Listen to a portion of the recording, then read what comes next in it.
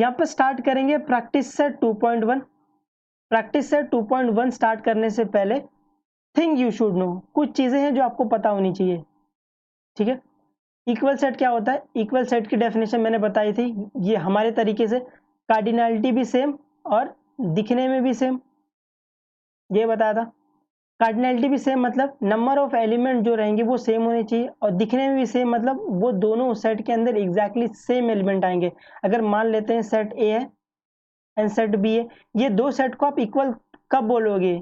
दो सेट को आप इक्वल कब बोलोगे? जब इनकी कार्डिनैलिटी मतलब नंबर ऑफ एलिमेंट दोनों में सेम रहे, ये पहला देखोगे। दूसरा, दिखने में भी सेम मतलब जो जो एलिमेंट ए में है ना, वही एग्जैक्टली सेम एलिमेंट बी में रहने चाहिए, तो आप इन दोनों सेट को इक्वल बोल सकते हो। आई होप आपको ये क्लियर हुआ। और ये हो गई इसकी मैथमेटिकल डेफिनेशन।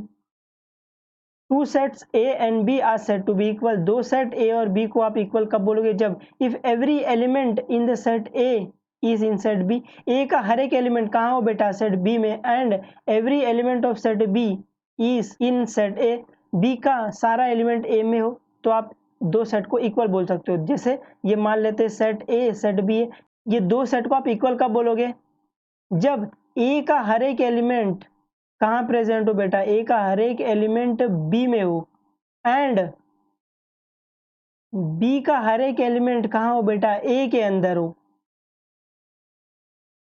तो आप इन दोनों सेट को इक्वल बोल सकते हो। ये हो गई मैथमेटिकल डेफिनेशन।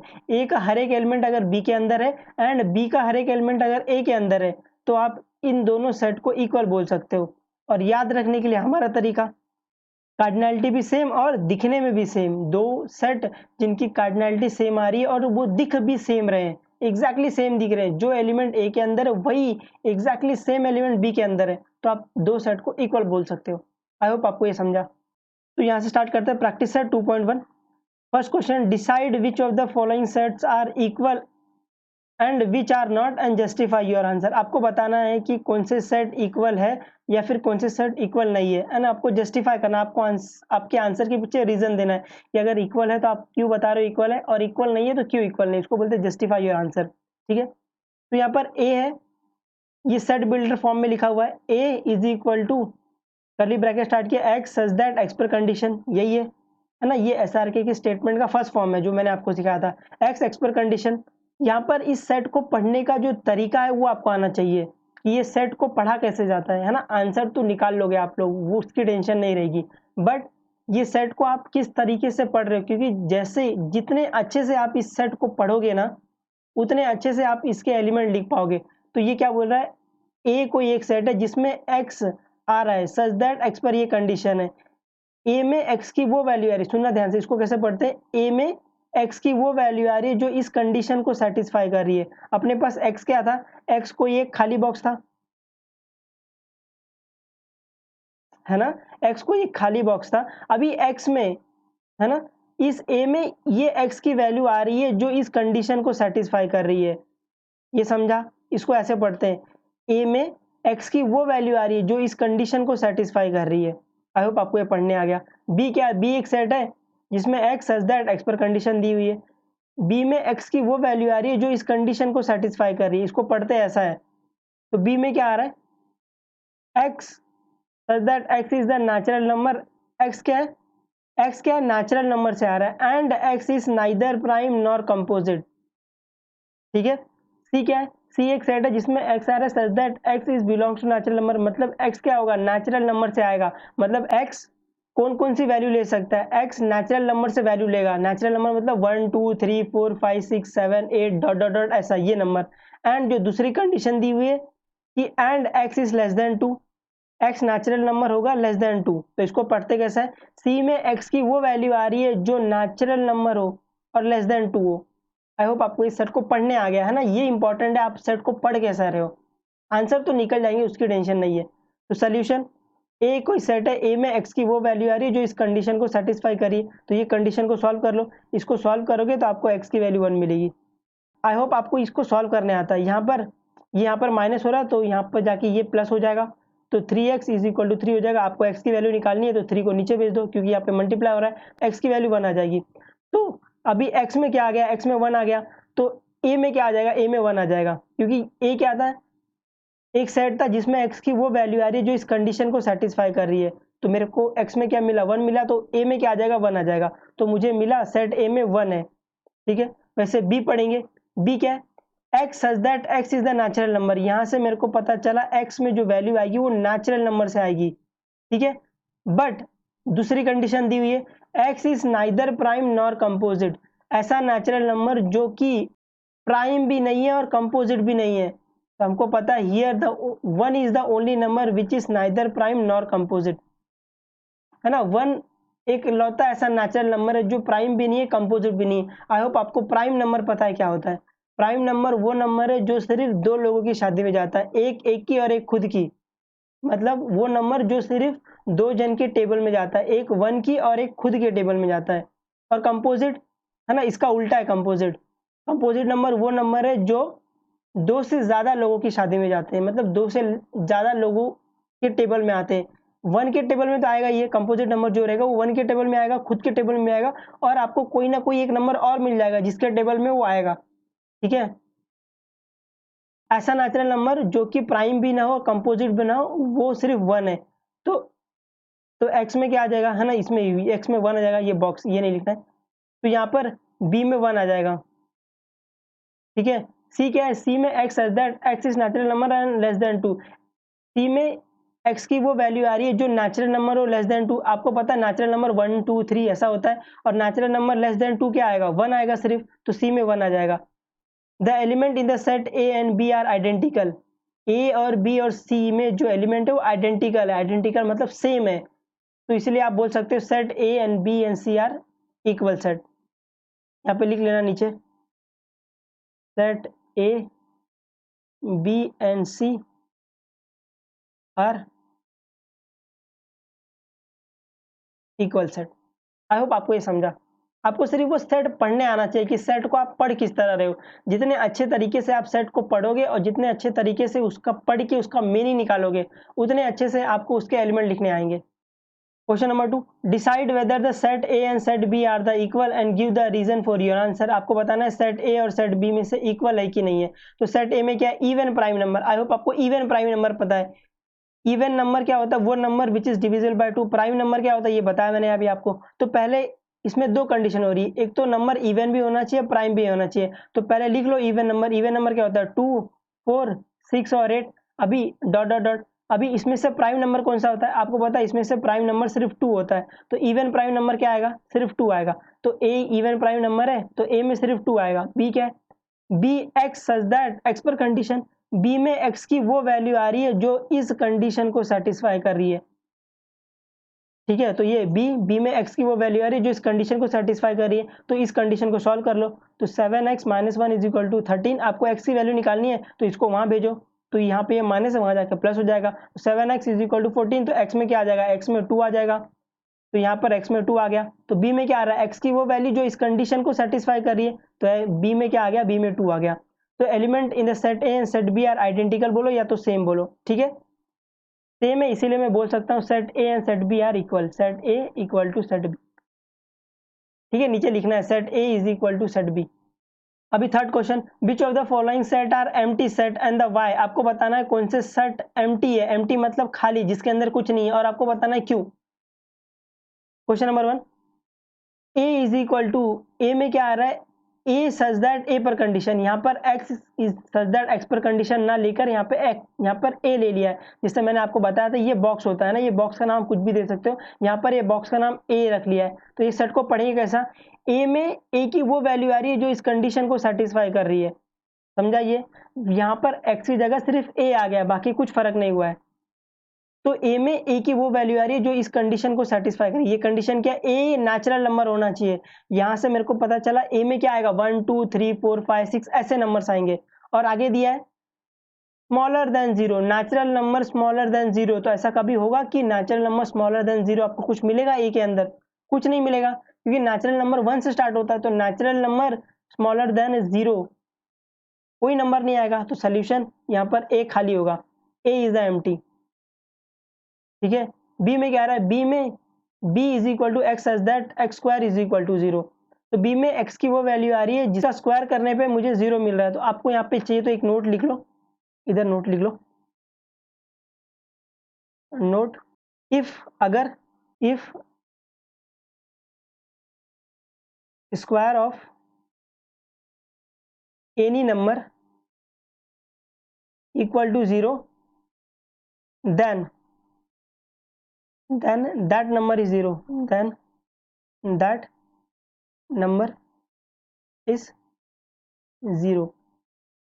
इसका मतलब होता है 0 एकलौता ऐसा नंबर है जिसका स्क्वायर करने के बाद वो आपको 0 देगा, बाकी और कोई भी नंबर आपको स्क्वायर करने के बाद कभी 0 नहीं देंगे, है ना। किसी भी नंबर का आप स्क्वायर करो तो कभी 0 नहीं देंगे, बट 0 एकलौता ऐसा नंबर है जिसका स्क्वायर करने पे आपको 0 मिलेगा, है ना। ये 0 स्क्वायर क्या हो जाएगा 0। तो यहाँ पे सोल्यूशन में बी में सिर्फ 0 आएगा, तो B is non empty, empty नहीं है क्योंकि इसके अंदर एक एलिमेंट है, वो क्या है 0 ही है, समझाइए, क्योंकि बी के अंदर कोई एलिमेंट है इसीलिए ये बी एम्प्टी नहीं है। एम्प्टी मतलब क्या, खाली होना चाहिए, बट यहाँ खाली नहीं है, यहाँ पे 0 एक एलिमेंट आ रहा है, तो बी एम्प्टी सेट नहीं है। आई होप आपको ये नोट समझा कि कोई भी नंबर का स्क्वायर कभी 0 नहीं होता। अगर कोई भी नंबर का स्क्वायर अगर 0 हो गया तो इसका मतलब वो नंबर 0 है, ठीक है। दूसरी स्टेटमेंट भी लिख सकते हो, ये ना, square of any number is not equal to 0, यहाँ पे सिर्फ नॉट इक्वल टू 0 लेना। कोई भी नंबर का स्क्वायर कभी 0 नहीं होता, अगर वो 0 हो रहा है तो मतलब वो नंबर 0 है। आई होप आपको ये समझा। सी में क्या आ रहा है, x such that 5x - 2 equal to 0, और x क्या होना चाहिए, नेचुरल नंबर होना चाहिए। अभी यहाँ पे ध्यान देना, यहाँ पे दो कंडीशन दी हुई है। सी में x की वो वैल्यू आ रही है जो इस कंडीशन को सेटिस्फाई कर रही है, एंड वो x नेचुरल नंबर से होना चाहिए, ठीक है। तो इस कंडीशन को सॉल्व करके x की वैल्यू लाएंगे, तो मैंने यहाँ पर x की वैल्यू लाई 5/2, ठीक है। तो ये 5/2 क्या है, ये x की वो वैल्यू है जो इस कंडीशन को सेटिस्फाई कर रही है, बट मेरे दूसरे कंडीशन के अकॉर्डिंग ये 5/2 नेचुरल नंबर नहीं है, तो मैं इसको x में नहीं ले सकता। x क्या है, खाली बॉक्स। इसमें क्या आ रहा है, वो नेचुरल नंबर जो इस इक्वेशन को सेटिस्फाई कर रहे हैं। तो मैंने इस इक्वेशन को सॉल्व किया, मुझे x इज इक्वल टू 5/2 मिला, मतलब x इज इक्वल टू 5/2 इस इक्वेशन को सेटिस्फाई करेंगे। इसका मतलब जब मैं x इज इक्वल टू 5/2 इसमें डालूंगा तो ये मुझे, ये वाला पार्ट मुझे 0 के इक्वल देगा, ये समझा। बट दूसरी कंडीशन मेरे को बोली है कि वो जो सोल्यूशन आएगा, है ना, जो इसका जो x की वैल्यू आएगी वो नेचुरल नंबर से होना चाहिए, बट यहाँ पे मुझे ये नेचुरल नंबर मिल रहा नहीं है, तो इसलिए मैं इसको x में ले सकता नहीं हूँ। तो सी में क्या आएगा, कुछ नहीं आएगा, एम्प्टी आएगा, तो सी इज एम्प्टी। आई होप आपको ये समझा कि ये x इज इक्वल टू 5/2 आ रहा था, लेकिन यहाँ पे दूसरी कंडीशन दी हुई थी, x नेचुरल नंबर से होना चाहिए था, इसीलिए ये x में नहीं आएगा। अगर ये वाली कंडीशन नहीं होती तो सी में 5/2 आ जाता। आई होप आपको ये समझा। अभी नेक्स्ट क्वेश्चन करने से पहले थिंग यू शुड नो, आपको कुछ चीजें पता होनी चाहिए। फाइनाइट सेट है, आपको पता है ना, it have the starting point या फिर स्टार्टिंग एलिमेंट,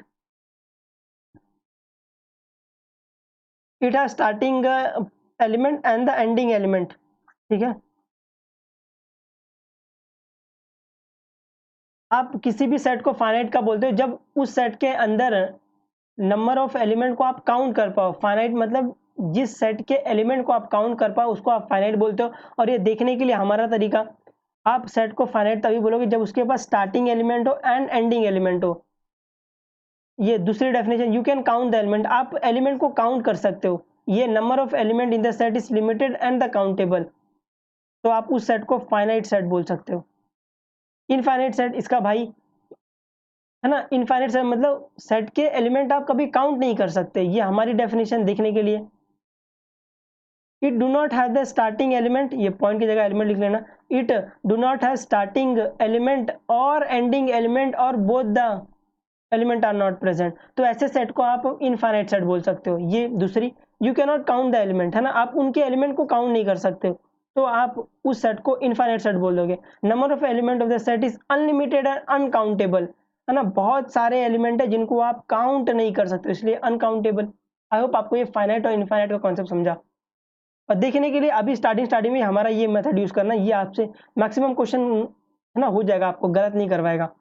जिस जैसे आप प्रैक्टिस करते जाओगे तो आप लोग फिर डायरेक्टली सेट को देख के बता सकते हो फाइनाइट है कि इनफाइनाइट है। बट अभी के लिए आप इससे जाना, फाइनाइट के लिए ये चेक करना, इनफाइनाइट के लिए ये चेक करना, है ना। क्वेश्चन नंबर 4 है, write the reason which of the following set are finite और इनफाइनाइट। आपको बताना है कौन से सेट फाइनाइट है और कौन से सेट इनफाइनाइट है। ये 7 क्वेश्चन है, ठीक है, एक बार देख लो। फर्स्ट वाला एक सेट है जिसमें x सच दैट x पर कंडीशन ऐसा है, तो x such that x is less than 10 and x is natural number. x में क्या आ रहा है, x एक खाली बॉक्स है, x में क्या आ रहा है, x में वो नेचुरल नंबर है ना, x में नेचुरल नंबर आ रहा है लेस देन 10, तो आपको पता है नेचुरल नंबर लेस देन 10 क्या है। ये सेट को पढ़ना है आपको कि a में x की वो वैल्यू आ रही है, a में x की वो वैल्यू आ रही है जो कि नेचुरल नंबर हो और लेस देन 10 हो, या फिर आप ऐसे पढ़ सकते हो a में x की वो वैल्यू आ रही है जो लेस देन 10 हो और नेचुरल नंबर हो, ऐसे पढ़ सकते हो। या फिर थोड़ा और अच्छे तरीके से पढ़ सकते हो, a में x की वो वैल्यू आ रही है जो कि नेचुरल नंबर हो लेस देन 10, तो नेचुरल नंबर लेस देन 10 क्या होता है, 1 2 3 4 5 6 7 8 9। तो अभी आप देख रहे हो इस सेट के एलिमेंट आप क्या कर सकते हो, काउंट कर सकते हो। तो ये सेट क्या फाइनाइट है, तो रीजन क्या लगेगा, number of element in the set is limited and can B countable. आप इनको काउंट कर सकते हो, तो आप बोल सकते हो सेट ए फाइनाइट है। और इसको देखने का हमारा तरीका, स्टार्टिंग एलिमेंट है, एंडिंग एलिमेंट है, ये सेट फाइनाइट है। बी में क्या आ रहा है, बी में y such that y is less than -1 and y is integer. y क्या है, इंटीजर। आपको पता है इंटीजर क्या होता है, ऐसा इंटीजर का सेट डॉट डॉट डॉट -2 -1 0 1 2 3 ऐसे। तो अभी ये y में क्या आ रहा है, इंटीजर। y क्या है, एक खाली बॉक्स है, इसमें इंटीजर आ रहे हैं, y में वो इंटीजर आ रहे हैं जो कि लेस देन -1 है, तो लेस देन -1 क्या आएगा, ये सारे एलिमेंट आएंगे, है ना, यहाँ से स्टार्ट होगा -2 से, तो इसमें क्या आएगा डॉट डॉट डॉट डॉट -4 -3 -2, ये समझा। तो अभी आप यहाँ देख सकते हो, यहाँ पे इसके पास स्टार्टिंग एलिमेंट नहीं है, तो आप देख के बता दो कि ये सेट इनफाइनाइट है। यहाँ पे number of element in the set is unlimited and the uncountable, ये रीजन है इसका कि ये सेट इनफाइनाइट क्यों है। आप देख के बता दोगे वो ठीक है, बट एग्जाम में लिखना पड़ेगा ना, ये सेट को आप इनफाइनाइट क्या देख के बोल रहे हो, तो आप बोलोगे the number of element in the set B आएगा इधर, set B unlimited and uncountable. तो ये डॉट डॉट हमको पता नहीं ये सेट कहाँ से स्टार्ट हो रहा है, तो आप इसके एलिमेंट काउंट नहीं कर सकते, ठीक है। तो बी इज इनफाइनाइट सेट, ये समझा। सी में क्या आ रहा है, सी में the set of the student in the class 9th from your school. आपके स्कूल में क्लास 9th में जितने बच्चे हैं उनका कलेक्शन लिया है सी में। तो अभी आपके क्लास में कितने बच्चे होंगे, 100 200 300 400, इतने ही बच्चे होंगे। अगर ए बी सी और डी डिवीजन तक भी रहा तो भी मैक्सिमम 200 से 300 बच्चे होंगे, उससे ज़्यादा नहीं होंगे। मान लेते हैं 1000 बच्चे होंगे, फिर भी आप उनको काउंट कर सकते हो ना। Student of the class 9th in your class, इनका जो सेट आएगा ना, उनके आप स्टूडेंट को काउंट कर पाओगे। तो number of the student in the class is limited रहेंगे और कैन बी काउंटेड, है ना, आप उनको काउंट कर सकते हो। Then the set A is finite, है ना। आप इसको विजुअलाइज करो कि एक 9th क्लास चल रही है, उसके अंदर कुछ बच्चे बैठे हुए, उन बच्चों की हमेशा आप गिनती कर पाओगे, है ना, उनको काउंट कर पाओगे, इसीलिए ये सेट सी फाइनाइट है, सेट सी इज फाइनाइट, ठीक है। फिफ्थ वाला, set of apparatus in the laboratory. अभी आपको यहाँ पता चलना चाहिए कि ये लेबोरेटरी मतलब क्या है और ये apparatus मतलब क्या है। अगर आपको लेबोरेटरी मतलब नहीं पता है तो आप लोग CID देखते रहोगे, तो आपको पता रहेगा ये कौन है, डॉक्टर सालुके। डॉक्टर सालुके जहाँ काम करते हैं ना, जहाँ पर वो CID लोग बॉडी वॉडी को लेके आते हैं, जहाँ पर वो चीड़ फाड़ करते हैं ना, उस जगह को लेबोरेटरी बोलते हैं, जहाँ पे एक्सपेरिमेंट किया जाता है, ठीक है। बॉडी का चीर फाड़ देख के वो देखते हैं ना कि बॉडी में क्या गया है, ड्रग्स गया है कि नहीं गया है ना, पॉइजन दिया है कि नहीं दिया है, तो वो सब चेक करते हैं। वो जहाँ जिस जगह वो चेक करते हैं ना, उसको लेबोरेटरी बोलते हैं, अगर आपको, है ना, रियल लाइफ में विजुअलाइज करना है तो। और apparatus मतलब क्या होता है, जिन चीज़ों का यूज़ करके वो पता लगाते हैं ना कि बॉडी में पॉइजन है कि नहीं है, या फिर जिन चीज़ों का यूज़ करके वो चीर फाड़ करते हैं, ठीक है। मैग्नीफाई ग्लास हो गया, और ये ऐसा ये बीकर हो गया, इसको टेस्ट ट्यूब बोलते हैं ना, ये सब जो चीजें हैं ना, इसको apparatus बोलते हैं। आई होप आपको ये क्लियर हुआ, लेबोरेटरी मतलब क्लियर हुआ और apparatus मतलब क्लियर हुआ। तो डॉक्टर ये पूछ रहा है कि एक सेट है जिसमें apparatus है इन द लेबोरेटरी, एक कोई लेबोरेटरी है, मान लेते हैं डॉक्टर सालुके की लेबोरेटरी है, इस लेबोरेटरी में कितने apparatus है ना, इस लेबोरेटरी में जितने भी apparatus है वो आ रहा है। तो अभी लेबोरेटरी में apparatus क्या रहेंगे, आप उनको काउंट कर पाओगे, है ना। डॉक्टर सालुके के पास कितने apparatus रहेंगे, कितनी चीजें रहेंगे, 1 लाख 2 लाख 3 लाख, इतनी चीजें रहेंगी, इससे ज्यादा तो रहेंगे नहीं एक लेबोरेटरी में। तो number of apparatus in the laboratory are limited and can be counted, therefore set is finite. I hope आपको ये विजुअलाइज करने आ गया कि एक लेबोरेटरी है, उसके अंदर ज़्यादा से ज़्यादा कितनी चीज़ रहेगी? 1000, 2000, 3000, इससे ज़्यादा तो रहेगी नहीं कोई चीज़, है ना? आप हमेशा उन चीज़ों को काउंट कर पाओगे। तो इसीलिए ये जो सेट बनेगा वो फाइनाइट सेट होगा। आई होप आपको ये समझा। अभी फोर्थ वाला, set of people in your village. आप एक गाँव में रहते हो, है ना? तुम्हारे गाँव में जो लोग रहते हैं, उनको एक सेट में रखा है। तो क्या अभी आप उन गाँव वालों को काउंट कर सकते हो कि नहीं काउंट कर सकते हो, है ना? विजुअलाइज़ करो, सोचो कि आपका गाँव है, आपके गाँव में जितने लोग हैं, आप उनको काउंट कर सकते हो कि नहीं कर सकते हो? कर सकते हो, है ना? भले ही वो आपको 1 दिन लगे, 2 दिन लगे, 10 दिन लगे, 20 दिन लगे, लेकिन आप उनको काउंट कर पाओगे, है ना? इवन पूरी इंडिया की जो पॉपुलेशन है,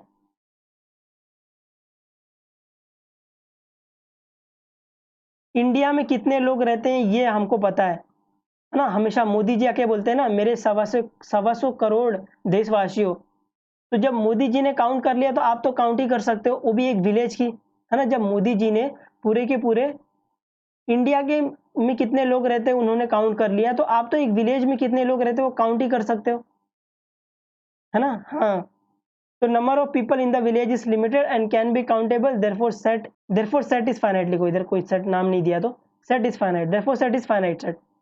आई होप आपको ये समझा, है ना? आप ये थोड़ा-सा लॉजिक लगाना कि जब आप पूरी इंडिया की पॉपुलेशन काउंट कर सकते हो, है ना? इंडिया में कितने लोग रहते हैं वो बता सकते हो, तो आप एक विलेज में लोगों कितने लोग रहते हैं नहीं बता सकते हो, है ना? इसमें ये नहीं देखना है आपको कितना टाइम लग रहा है, 1 दिन, 2 दिन, 10 दिन, 1 महीना, 2 महीना, 3 महीना, है ना? 1 साल, 2 साल, बट क्या आप उनको काउंट कर पाओगे कि नहीं काउंट कर पाओगे, ये क्वेश्चन है। तो आप हमेशा काउंट कर सकते हो, ठीक है? 6 वाला, सेट ऑफ होल नंबर। आपको होल नंबर लिखना है, तो आपको पता है होल नंबर कहाँ से स्टार्ट होता है? 0 से स्टार्ट होता है, 0, 1, 2, 3, 4, 5 डॉट डॉट ऐसे चलता है। तो अभी आप यहाँ देख रहे हो इसकी एंडिंग एलिमेंट नहीं है, तो आप इसको ही देख के ही बोल दोगे ये सेट क्या है? Infinite set. तो number of element in the set B are unlimited and uncountable, therefore set B is infinite set, है ना? हालांकि आपको ये देख के पता चल गया था ये सेट इनफाइनाइट है, बट आपको रीजन लिखना पड़ेगा, क्योंकि आपको एग्जामिनर को बताना है या फिर अपने टीचर को बताना है कि ये सेट इनफाइनाइट क्यों है ना? Set B is infinite. ये 7th वाला करने से पहले आप लोग ये लिख लो कि जो नेचुरल नंबर रहता है ना, वो नेचुरल नंबर होल नंबर के अंदर आता है ना? इसको बोलते हैं ऐसा, अंदर, ऐसा अंदर, है ना? नेचुरल नंबर होल नंबर के अंदर आता है। क्यों? नेचुरल नंबर क्या होता है? 1 2 3 4 5 6 होता है। होल नंबर क्या होता है? 0 1 2 3 5। होल नंबर के अंदर एक एलिमेंट ज्यादा है, 0 है ना? ये पूरा का पूरा नेचुरल नंबर तो आ ही रहा है और साथ में एक 0 भी ज्यादा आ रहा है, तो मैं बोलूं जितने भी नेचुरल नंबर है वो होल नंबर के अंदर भी आएंगे, ठीक है? और ये जो होल नंबर रहता है ये पूरे के पूरे इंटीजर के अंदर आता है ना? इंटीजर का भी सेट आपको पता है, डॉट डॉट डॉट -3 -2 -1 0 और ये 1 2 3 डॉट डॉट डॉट ऐसा। तो ये पूरे के पूरे ये होल नंबर है और ये बाकी एलिमेंट है, तो ये पूरा का पूरा होल नंबर कहाँ आ रहा है? इंटीजर आ रहा है। वैसे ही ये जो इंटीजर है ना, ये रैशनल नंबर के अंदर आता है ना? एक रैशनल नंबर होता है, अगर आपको पता रहेगा तो यहाँ पे रैशनल नंबर को आप काउंट कर सकते हो कि नहीं काउंट कर सकते हो? नहीं काउंट कर सकते हो, क्योंकि यहाँ पे आप होल नंबर को ही काउंट नहीं कर पा रहे हो। तो आप रैशनल नंबर को, जो होल नंबर इसके अंदर है, तो आप रैशनल नंबर को भी काउंट नहीं कर पाओगे। ये है ना सोचने का तरीका है, ये आपको फील देगा कि रैशनल नंबर को आप काउंट नहीं कर सकते हो। The number of element in the set of rational number is unlimited uncountable, therefore set is infinite. ये समझा?